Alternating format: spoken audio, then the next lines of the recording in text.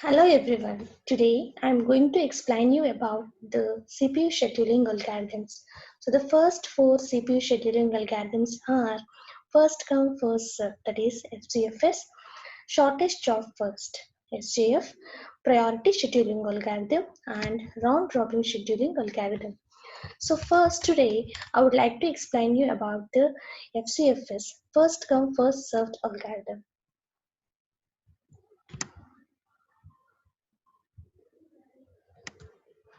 So let us take it to get a better understanding regarding the FCFS. Let us take an example. So in this example, I would like to explain you with three processes. So here the three processes are P1, P2 and P3. So if you see here, the execution time or the burst time of the particular processes P1, P2 and P3 are 24 milliseconds, 3 milliseconds and 3 milliseconds. So now here, according to the algorithm, the name itself, it explains that first come, first served. Whichever the process will be arrived first for execution will be served first. So here my task is how to calculate the average waiting time. So this can be explained by the Gantt chart, so which is drawn here. So what is the starting time of the first process? The starting time of the every first process will be 0. So the first process P1, its burst time is 24 milliseconds. So it takes complete 24 milliseconds to complete a process P1.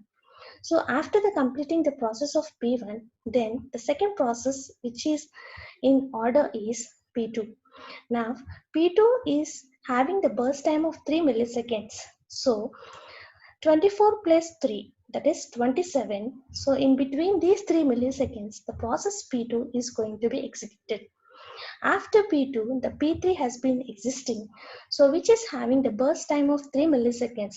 So 27 plus 3, that is equals to 30. So in between this time, the process P3 is going to be executed.